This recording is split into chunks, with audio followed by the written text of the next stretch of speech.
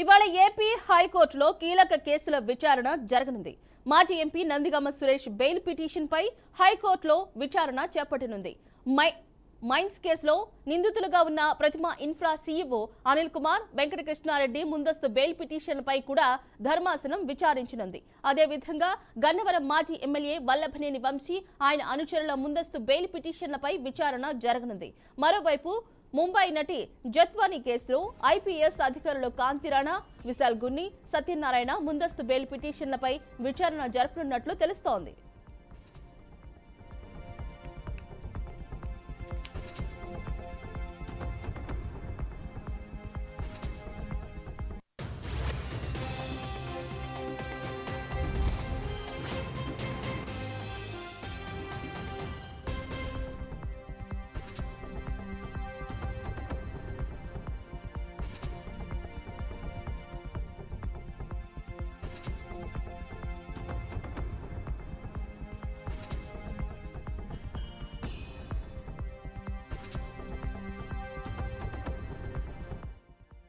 ఇదే అంశానికి సంబంధించి మరింత సమాచారాన్ని గుంటూరు నుండి మా ప్రతినిధి శ్రీను ఫోన్ల ద్వారా వివరిస్తారు. శ్రీను, చెప్పండి, ఏపీ హైకోర్టులో ఇవాళ జరగనున్న ముఖ్యమైన హీరింగ్స్ సంబంధించి డీటెయిల్స్ ఏంటి?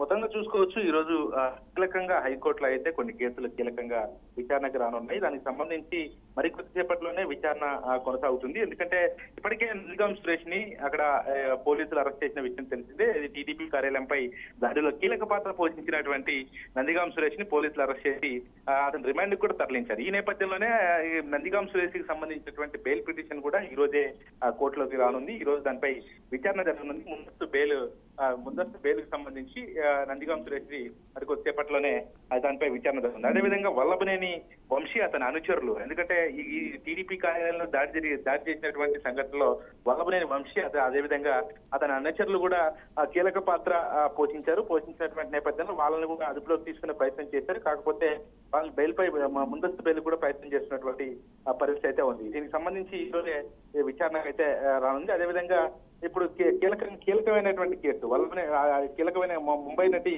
జత్వానీ కేసులో కూడా ఐపీఎస్ అధికారులు కాంతిరాణా టాటా, అదేవిధంగా విశాల్ గున్ని, సత్యనారాయణ ముందస్తు బెయిల్ పిటిషన్ పై కూడా ఈరోజు విచారణ కొనసాగుతుంది. ఎందుకంటే ఆ ముంబై నటికి సంబంధించినటువంటి కేసు ఐపీఎస్ అధికారులపై ఎంత దుమారం రేపిందో తెలవచ్చు. ఇప్పటికే వాళ్ళపై కూడా సెక్షన్ల కింద కూడా కేసు నమోదు చేయడం జరిగింది. ఎందుకంటే ఏ క్షణంలో కూడా వాళ్ళపై అధికారులు చర్యలు తీసుకునే అవకాశం కనపడతా ఉంది. ఎందుకంటే వాళ్ళు ఒక ఐపీఎస్ గా ఉన్నారు కాబట్టి దానికి ఆ ప్రొసీజర్ ప్రకారం వాళ్ళని